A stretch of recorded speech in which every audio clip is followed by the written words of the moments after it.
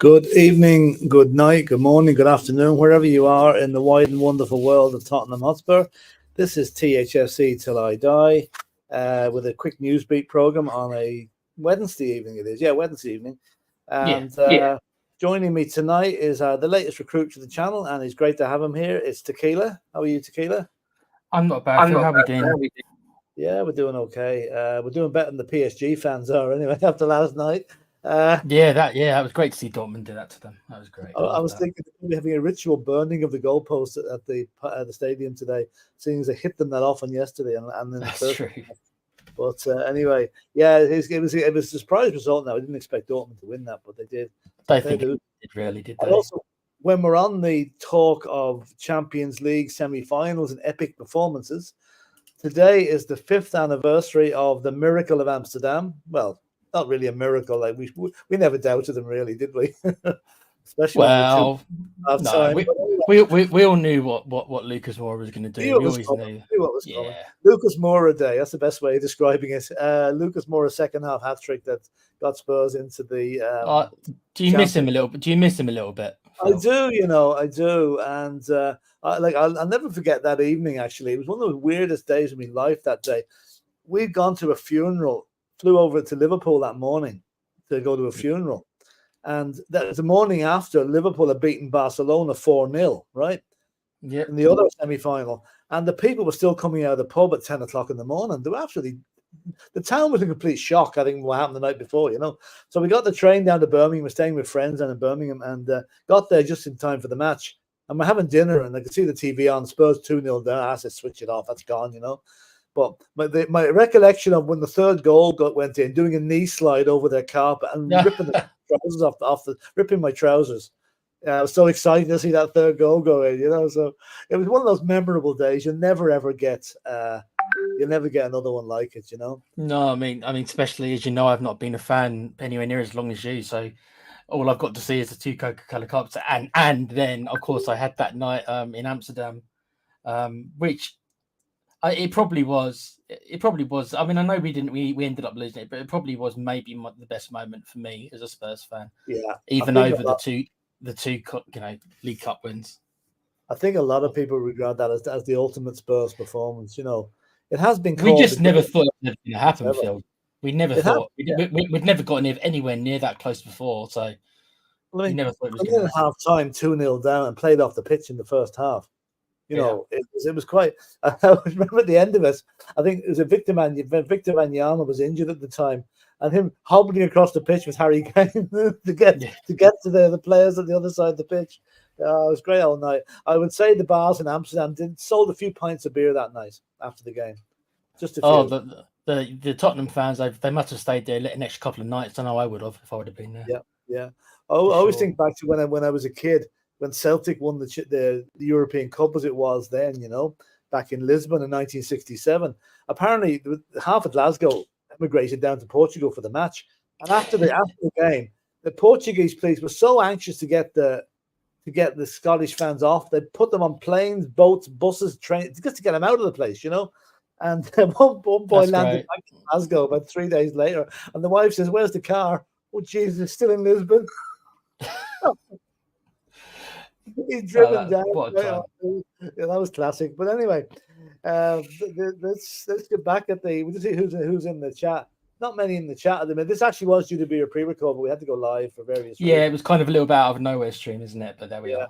Well, Wayne Bonner is saying, "Good evening, Philip, Tequila, and all in the chat. I hope you're all well. I see Dermot skiving, tut. No, Dermot had a doctor's appointment today, so he's just laying low for a while. He'll be back in his voice a bit. He's got tonsillitis, hasn't he, and stuff. Well, he's got a mixture of bronchitis and something else. I worked it out. It's bronchitis, I think, is probably what stuff on the chest. Yeah. Yeah, his voice isn't too good, So we'll give him a pass because he does an awful lot. Wayne, he deserves a break. Dermot's been crushing it for a long time. He deserves a week off. Certainly does. And talking about crushing it. We're going to discuss Ange Postecoglou's interview today or yesterday, whenever it was done. Now, Tequila, I've seen bits and pieces of it. You've seen the whole lot, so maybe I'll let you have a quick resume of what you thought of Ange and what his attitude was like today. I have. It was on a channel called I Sport, I think I'm pronouncing that, and it was with Mark Schwarzer, if you remember him, Phil. Yeah. The Australian keeper. Middlesbrough, I think, wasn't it? That's right. That's right. Yeah. So they were good mates, and yeah, it was just a really good interview. I recommend everyone in the chat go give it a watch after us. It was mainly just about them discussing Ange's philosophy, and Ange more or less saying to them that even at the start when he first came in, that they knew that they would have a bad run at some point. He didn't know exactly when, but he more or less said that they would have that. And then he talked about that how that would help when they go through this bad run. He would learn a lot more kind of about his players, which might be referencing to some of the comments he made a couple of weeks ago regarding here the ones not buying in. And he says to Mark Schwarzer that most of them have. He did say most of them, so that's a bit of a change from. I got the feeling he wasn't referring to many of them, but in this one, he said most of them have bought into it. There's a couple that still haven't. But he seemed very kind of like he hadn't. It came across that he hadn't given up on the ones who hadn't bought in yet. Like he was still going to try to get them to do it. Whether or not there's a time frame on that, it could be that maybe he's only got 2 months to convince the ones who are not buying into it. He's your last chance, lads, to buy into it before I have to ship you out. Who knows? And it was mainly about that. And I thought he carried himself pretty well. He just needs more time, and this will lead us, I know, to the next topic. But he needs more time, especially something like Ange. I really think he needs more time. Phil. Like I know we can all think back to this time last year when Conte had just left, I think, or God left, and I mean, let's face it, the guy nearly sacked himself. We were left with, Ryan Mason in charge. Well, we had Stellini a couple of weeks before, remember? And we had Stellini first, didn't we? Stellini, yeah. But it was just, I think it was probably one of the lowest point in my Spurs supporting career was the 2 low points was the relegation in 77 and losing to Coventry in 87. They were the 2 really bad points. Yeah, you said that, yeah. We went to the Champions League match against AC Milan. No gang of us went over and full of high hopes, only 1 down. We never laid a glove on them. And we came away from that totally nearly demoralized. And to see us now, 12 months later, in a great position, 5th in the league, 1 more win or more or less secure it for us, I think, unless Chelsea can win all their games. But we're pretty much guaranteed Europe, whatever way it works out. And you still have fans who want Ange out. Now, they're the quick fix fans, and there's no such thing as a quick fix in football management. Look how long it took Lego Man to get Arsenal where they are. It's his 4th season, 5th season, or whatever. It takes time. And as you rightly said there, Tequila, in Ange's interview, there was always going to be a rough patch. Okay, we've had a few of them. Now, the rough patch back in November after the great start, I think was initiated by the injuries and the suspensions. We just lost too many vital players at the one time through injury, and then we lost a few other ones through stupidity, getting sent off, like 2 players against Chelsea. So I think to see us in 5th position, it's higher than I thought we'd be. I thought we'd be maybe 7th or 8th. I didn't buy into Paul Merson's stupid comment that Tottenham would be nearly fighting relegation. And I'm sure he never actually retracted that, seeing as he's Paul Merson. But anyway, we're going to be in Europe next season. I think that's really, really the most we could have hoped for this time last year. Well, one thing that he also said in his Optus Sport interview is that he said that he thought, and a lot of people who want him out are going to be adding more fuel to the fire. He thought that they were ahead of schedule. So that means that he thought probably that maybe we wouldn't even be 5th. He didn't use those words, but if you read between the lines, that's probably what he was thinking. He thought that we're ahead of schedule. So maybe he thought that we'd be 7th or 6th. Maybe even not as high as that. So that's it, yeah. I mean, scraping into the conference would probably have been, that the highlight or the most we could have hoped for. Mind you, I didn't want to go into that conference league because remember we were in the last time and we didn't treat it with any respect. Yeah, the FC Mura, that was a dark day, Philip. That was awful. So we're I'll put it like this. I think we fit the Europa League very nicely now. I think to go into the Champions League with the expanded format could be a poison chalice. I think as Aston Villa will probably find out if they get into it. You know, Yeah. I think the Europa League is going to be good for us next season. Then get the Champions League the season after, because that's where we're going to be. We're going to be higher than 5th next season. That's all I'm going to say at the minute. A lot higher than 5th. I'm okay with getting the Europa League because of obviously the new rules that are coming into place. You're not going to get all the teams dropping down from the Champions League. So whilst I'm not going to sit here and say, yeah, we're going to win it, if you probably look at the other teams in it, would be one of the favourites. So I'm not saying we're going to win it, but I'm saying it's a competition that we could win. It's not impossible like the Champions League kind of would be if we were to go into that. It gives us another cup to fight for next year, and I think everyone would be more than happy with a Europa League Cup win. Absolutely. I think that would be great for us. But so I'm personally fine with it. So I'm fine. I'm fine. I know some fans wanted us to be practically winning the league this season. That's never ever going to happen. Not in a transition season, you know. Well, the best to go for is to get where we are at the moment. Yeah, the only thing I'll say in defence of those fans is the start we had. You know what it's like as a fan, Phil. You've been a fan. Double I have, and you want to believe, don't you? At the start of the season, you want to believe. So once you go on a 10-match unbeaten streak, you start to have those thoughts that maybe are not grounded in reality, but you start to believe, don't you? You start to be like, maybe if we could, maybe. And unfortunately, we've come crashing down to reality a bit. And I've been disappointed with the last season, half season's form. It's been patchy. It's been patchy. It's been much more, I guess, what I would have expected. So if you do take away the first 10 games and we would have been patchy the whole season, maybe that's what Ange thought we would be. But because we got off to such a great start, it put us in a little bit of a false position, unfortunately. That's evened itself out a little bit, and we're at where we're at. That's it.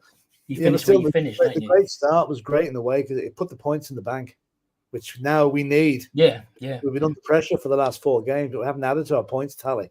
And what was looking like a comfortable 4th or 5th is now just going to get there by the skin of our teeth, probably, you know, because the other teams behind this, apart from Manchester United, are showing some form. Like Newcastle are scoring goals for fun, and now Chelsea have started to do it. So, you know, 5th will be a good result. But as being a Tottenham fan for as long as I've been, it's the hope that kills you. Really, you know, every season you say, this is it. This is the season. And by about December, it's, oh, Jesus, here we go again, you know. But no, I'm happy enough the way things are. And just to get a look at the comments here that have come up, I think more or less agree with what we're saying here. Wayne Bonner is saying, okay, I'll let Dermot off this time. Very good of you, Wayne. Thanks for that. Thanks, and Wayne. The Normality channel is saying, evening to you, Riley. Hiya, Riley. And Jay Green is saying, this is a very good comment. Back Ange to the hilt. This squad needs cleaning. Conte and Jose spoke about the squad and the resources we offer managers. Our club operates 10 years behind. Well, I wouldn't say 10 years behind every other club. I wouldn't think that's a bit harsh, I think. I take your point, but I think 10 years ago, Potts was just about to take over, wasn't he? Around that time. So I think we've made progress. Okay, we could look at the models other clubs have put in, like Liverpool maybe, and follow that a bit more. But I think it goes down to the fact that maybe around this time, 10 years ago, 5 years ago, 6 years ago, 4 years ago, the manager, whoever he was at that stage, was not backed enough by Daniel Levy. I think it goes down to that. If the squad had been backed and improved on when we needed it, I think we mightn't even have Ange's manager now. One of the other guys could still be in charge. Well, I mean, Phil, we haven't been back to the same amount of our rivals. If you consider rivals the top 4, if you consider United, even though yes, they're in a bit of a train wreck at the minute. Over the years, they've had plenty of money to spend. Arsenal, they have spent a lot of money, especially over the last 2 years, right? So they can't turn around and say they haven't spent money. Chelsea bought the title, let's call it what it was, and City's bought the title, let's call it what it was. So the only team I really think who've done it what I would quote unquote say maybe the right way through sales of their players, like Coutinho, has been Liverpool. And I've been very envious of Liverpool because I have thought to myself, there's no reason why we can't do what they can do. Not break the bank doing it because they financed it through player sales, a lot of it. I mean, they were very cute, selling the likes of Coutinho for top dollar. That's right, exactly.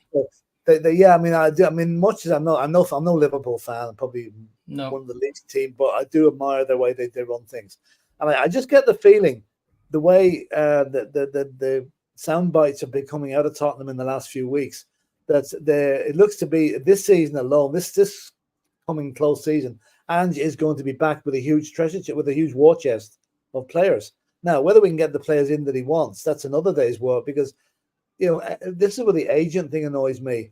You can have a player who be ideally suited to Tottenham, absolutely born to play for Tottenham, but because Liverpool or Man City or someone else is offering more money, maybe for him to sit on the bench, that's where he's going to go, because the agent is going to push him that way.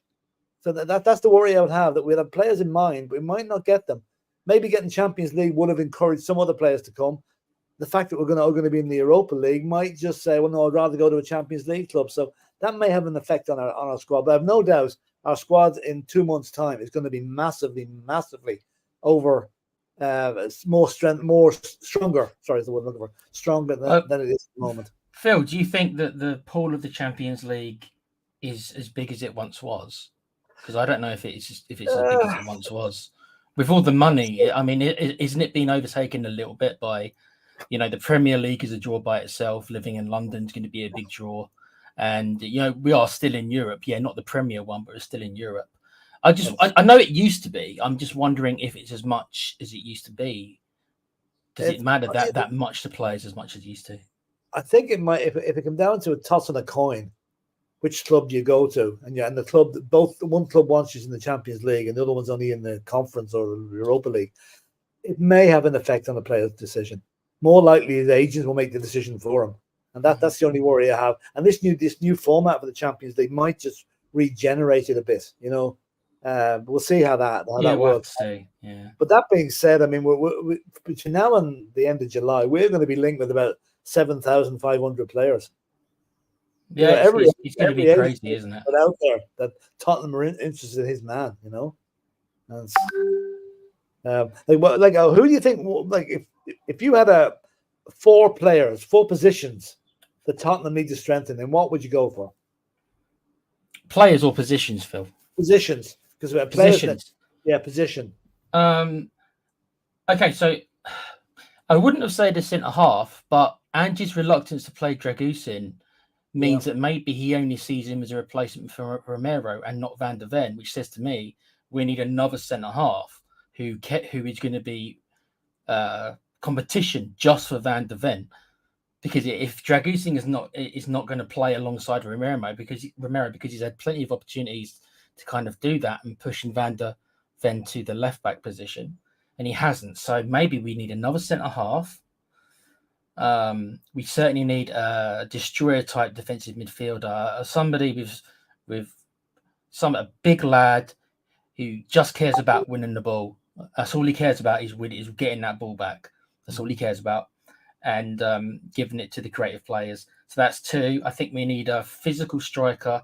We can keep Richie as a backup. I don't mind him being a backup, but we need a new number 9, a physical number 9 who can hold the ball up, bring others into play when he can.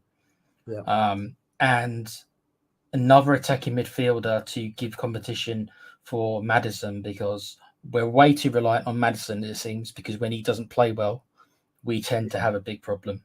Yeah, that's true.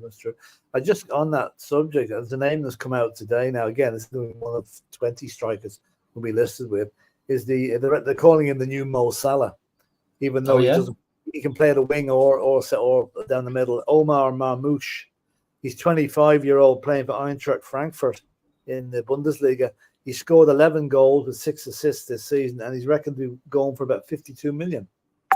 So that's another name that's been bandied about for us. You mentioned a centre half there. I know we were looking at the guy from Fulham, whose name I can never remember. The big long, the fella's on free transfer. Tosin.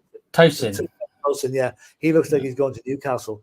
But also Kelly from Bournemouth was also a free agent. Are we still after Kelly? We were after Kelly last year. Yeah, well, he's supposed to have agreed terms with Newcastle. So think about it. If he's agreed terms with Newcastle, they're hardly going to go for Tosin. So maybe we might get Tosin. And another player that we've been linked with, which I think I think this would be a good buy. He's more or less been on the fringes at Aston Villa this season. Is Jacob Ramsey. He's only 22. He's come through the academy at Villa. Yeah, he And looks like a good prospect. He does. could be a good prospect, you know. Yeah. And then you've got the cases of all the returning loanees coming back. Like training with the first team squad today were what you call them, Andy Devine and Ashley Phillips, who've come back from Plymouth. And, how did they do? Do you know how they did? The relegation, Plymouth did. I think that there's mixed reports how that went. To be honest with you, Andy Devine I think was better off in his first loan of the first half of the season where I think it was Port Vale he was with. Phillips seemed to be on the bench a lot, so I don't really know how they ended up. But that seems to be the problem with a lot of our loan players. We loan out these players, and the team they go to doesn't give them game time. I mean, look at Dane Scarlett as well. Yeah. Dane Scarlett, yeah. Well, because he's back at the club now. Look at what do you call him? Tanganga has only recently really got into the Millwall team. Troy Parrott is knocking in a few goals for Excelsior in Holland, but I reckon he's going to be sold in the summer. And then I'd say to Phil, but it looks like they're all going to end up being like championship players. Yeah, I don't like saying that, but if it's starting to, I think is it Alfie Devine? Is that the one you got me? Yeah, Alfie Devine, yeah, he is a good player. I think he's one for the future. I think maybe we should keep on. I think we should definitely keep on to him. I would give him a bit longer. I don't know if Angie's willing to throw them in next year because we'll have to see. But if not, then I guess yes. He's only young, so you know he has he's the fact that he's back training with the first team squad will give you the impression that he's not gone to the under-21s. He's gone to the first team squad. So hopefully, I've got a lot of hope with Andy Devine, Alfie Devine, and Phillips. I'm not so sure about, but you know he's a bit like Jed Spence. I thought he was great when he came, but never got a look in. And he'll be one that'll be on the road this summer as well. I think you know. So Jed more comments about the squad here. We'll just go through them for a minute. Yeah, it's quite a lot of them. Where are we? I've done that one. Sorry. Jay Green is we've done that one. And this Dermot's getting his tuppence worth in here. He's saying, you're in big, Dermot. We'd give him a break here. If we'd sacked Birkinshaw after we went down, would we have won 2 FA Cups, the UEFA Cup? I don't think so. That is one of the best decisions Tottenham ever made back in 1977. Like Keith Birkinshaw, for anyone that might just not know what happened that far back, it's only old guys like me that can remember this. Bill Nicholson retired or kind of was pushed out or resigned, or whatever you want to call it, in 1974. And the reason he was pushed out was he had decided, without telling the board, that he wanted Danny Blanchflower and Johnny Giles as a two-man managerial setup to replace him. The board got the huff over this because they thought Birkinshaw or thought that Nicholson was overstepping his authority, even though look what he'd done for the club in the previous 15 years, you know. Yeah. So that was the end of Bill Nicholson at Tottenham, and they brought in Terry Neal, who if you Arsenal through and through, right? Terry Neal came in, barely avoided relegation in his first season. He then left. He went back to Highbury saying, Agent Neil reporting job complete. Keith Birkinshaw came in as he was a coach. He was promoted. We got relegated in 77. But instead of sacking him, as would be the case now, I mean, look at Hull City. Leroy Rossini got them within one place in the playoffs to get sacked today. There was no loyalty left in football. But anyway, they didn't sack Birkinshaw. They kept on. They had faith in him. And if they'd have sacked Keith Birkinshaw, we probably wouldn't have got Ozzy Ardiles or Ricky Villa, because we probably wouldn't have got promoted that season. So that's how important it is. If you see a manager that's got something that you think is going to be good for your club, hang on to him at all costs. And fair dues to Spurs for doing that back in the day. And Wayne is saying, agree, Dermot, keeping Birkinshaw was a good move. I dread to think who we'd have gotten if the old club jogged it. Yeah, exactly. You wouldn't know who we would have got, you know. And I know that season in the second division was one of the hardest ones we ever had. We got promoted on the last day of the season. After we were like Leeds, actually. Remember Leeds were, or Southampton, you could say, trailblazing most of the season. But the last few games, last couple of months, couldn't kick a ball straight. Lost matches we should have won. Got up and by the skin of our teeth and goal difference. And the strange thing is, we got up on a goal difference of 9 goals. Exactly the same number of goals we scored against Bristol Rovers in October of that season. So, you know, funny little quirky things like that. It is. And anyway, Neil shafted it. I think I'll pass on that one, Neil. I know where you're coming from. Anyway, Dermot again says, Neil, I believe you at least. I did not hit his ass with a newspaper. Oh, lovely, lovely. And Ian Ferguson in the house saying, the form lately has been what it's been. We're in contention for Europe still. The Ange out folks are absolutely insane. It's been less than a year. Calm down. Exactly. Indeed. You should get one of those T-shirts. You know, you see that calm down and drink beer. You should get one. Calm down and support Ange. Calm down, drink tequila. I'll get that one. That's a good one. Yes, calm down, drink tequila. Yeah. And Dermot again saying, get the like button and subscribe and pick up your membership. It really helps the channel and keep myself, Philip, and tequila what we love doing. Exactly. I mean, hit the like button on this. Please, and also, don't forget, you know, the subscriptions are very cheap, 99 pence they start at. And you get to join in. You can come on and have a chat with us online and everything. We're coming up with a whole lot of stuff for the new season. And but we need to get the numbers up. And so please subscribe. And Wayne Bonner is coming up with more or less agreeing with you there. Striker, midfield, fullback. Yeah, I forgot a fullback. Yeah, we need another left back. We're a bit light in the left back position, really, aren't we? Yeah. You know. The thing is, we're not Phil. It's just like they're just all injured. And Perisic won't be here next year anyway. So yeah. No, it's a pity. Now we missed him badly. You know, when he got injured. Could have used him this year. And you know, when you look at it, he got injured in training. Destiny Adoji got injured in training. What are they doing in training sessions? Kicking lumps at each other. It's just Romero, isn't it? Just doing too many tackles. Isn't it? Probably he's at fault for most of them. You know? Probably. But you know, I loved Romero's passion the other night. There, having to go at Emerson Royale. You know. Yeah, I'll tell you what. After seeing his performances, Phil, and I don't know how Ange's going to do this, but I would make Romero just the captain. I know that they have this kind of free captain kind of thing they're doing.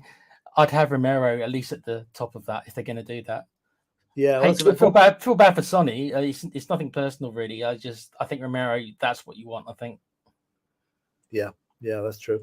Can I just mentioning that? I don't like mentioning the Liverpool game, but I know we didn't start to play till we were 4-0 down.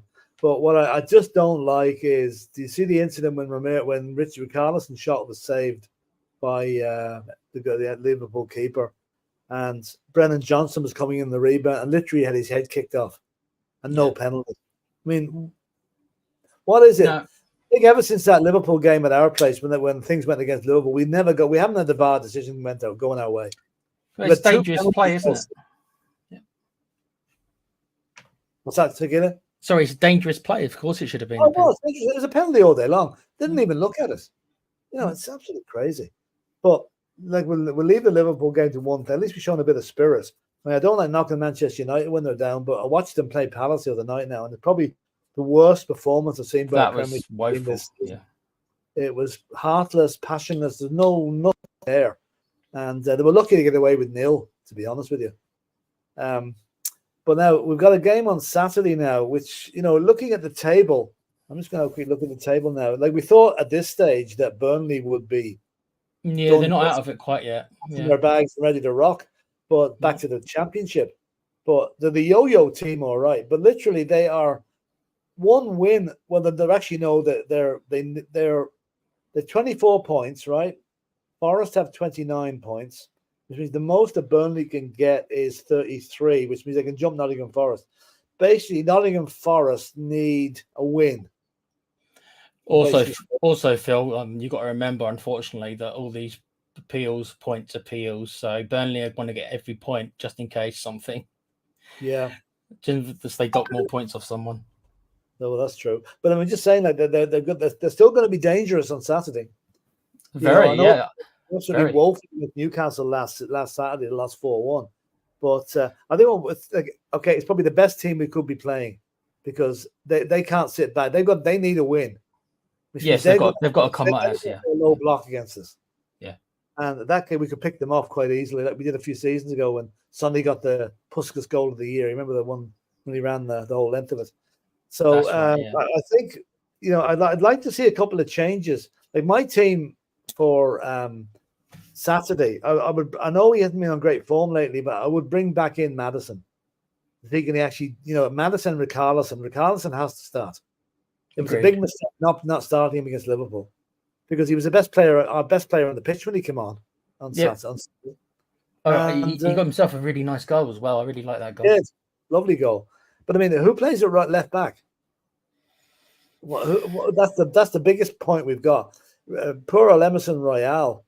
Well, me and Dermo spoke about this last show. I still don't know why. Whatever Angie's seeing in training with Dragusin, I don't know. But I would have put Van der Ven at left back. Yeah.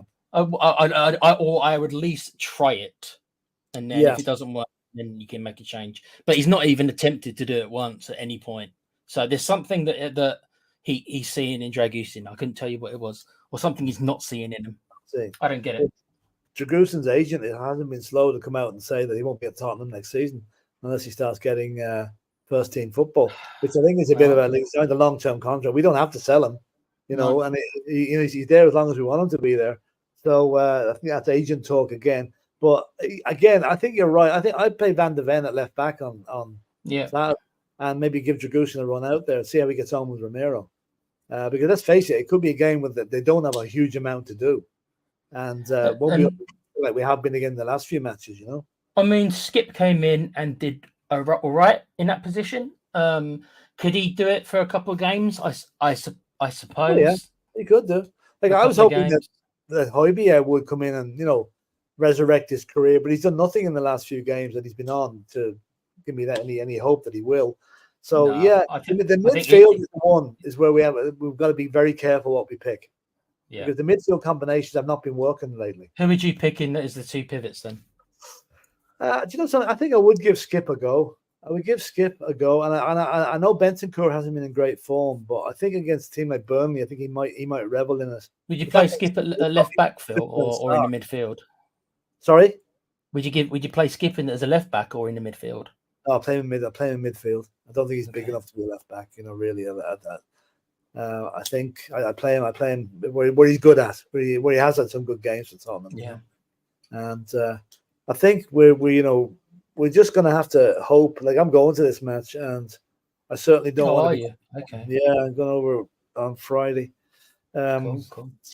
Yeah, I could have gone to the Arsenal match, but I thought no. I think I'd rather go to a match with a chance of winning.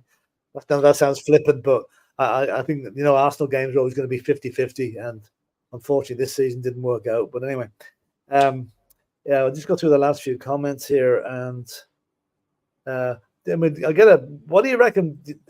I know it's a bit early to be doing a score prediction. It's only Wednesday, but prediction for Saturday, Tequila. What do you reckon the score will be? I think they're gonna score on us. I do. I don't think we're going to keep a clean sheet. I'm going to go with a 3-1. Yeah, I'd be fairly close to that myself. Like they gave us trouble in the cup game. Remember, it was only 1-0. The Pedro Porras Crackerjack won the game for us. So we'll see. We're just conceding so many goals now. We're just conceding so many goals the last games. I know they've been against pretty high caliber opposition, and that's always got to be taken into account. But we're still shipping goals a lot. So our confidence defensively can't be very strong right now. That's true, especially with Manchester City coming up on Tuesday. Oh yeah, that's why I'm hoping the Man United beat Arsenal on Sunday to give us we don't have to do anything drastic on Tuesday to keep the title away from Arsenal.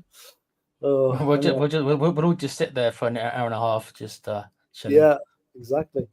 Jared O'Connor saying Skip should be playing the last few games. Might get a few coppers for him from Mr. Levy's holidays. Yeah, well, yeah. Yeah. And Neil is saying, those Vlad Dragusin and Palas giving people a few steaks and put them up for the night. Yeah, that's the old Romanian thing coming out there. And Dermot's really gone for a very narrow scoreline with narrow win to Spurs 9-0. Jared O'Connor's not quite so confident. He's gone 2-2. And say Dermot's okay, then I'll go for 10-1. And Wayne Bond, this might be more nearer the mark. 9-7, huh? I love the sanity in the chat. No, I love you guys so much. Yeah, that's it. And anyway, listen, I think that's about it. Tequila, I think that's more or less all we can go through for this evening. Yeah, guys, go watch this interview with Ange. Optus Sports. Just put in Ange Postecoglou. It was released earlier today. Give it a watch yourselves, and you might feel a bit more positive after hearing him.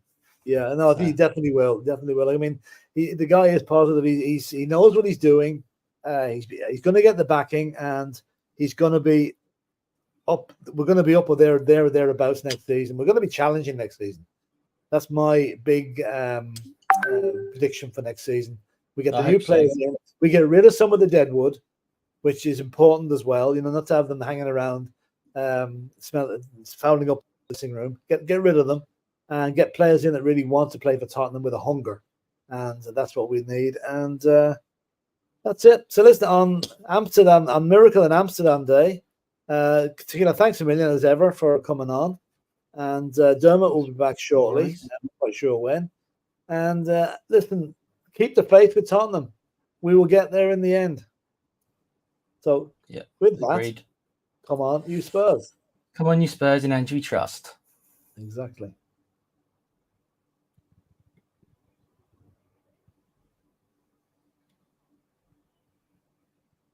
I'm just looking for the outro here. Here we go.